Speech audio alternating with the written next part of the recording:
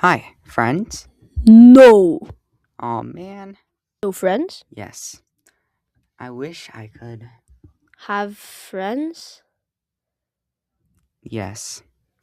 No one wants to be my friend because I'm ugly. Uh, your appearance isn't everything.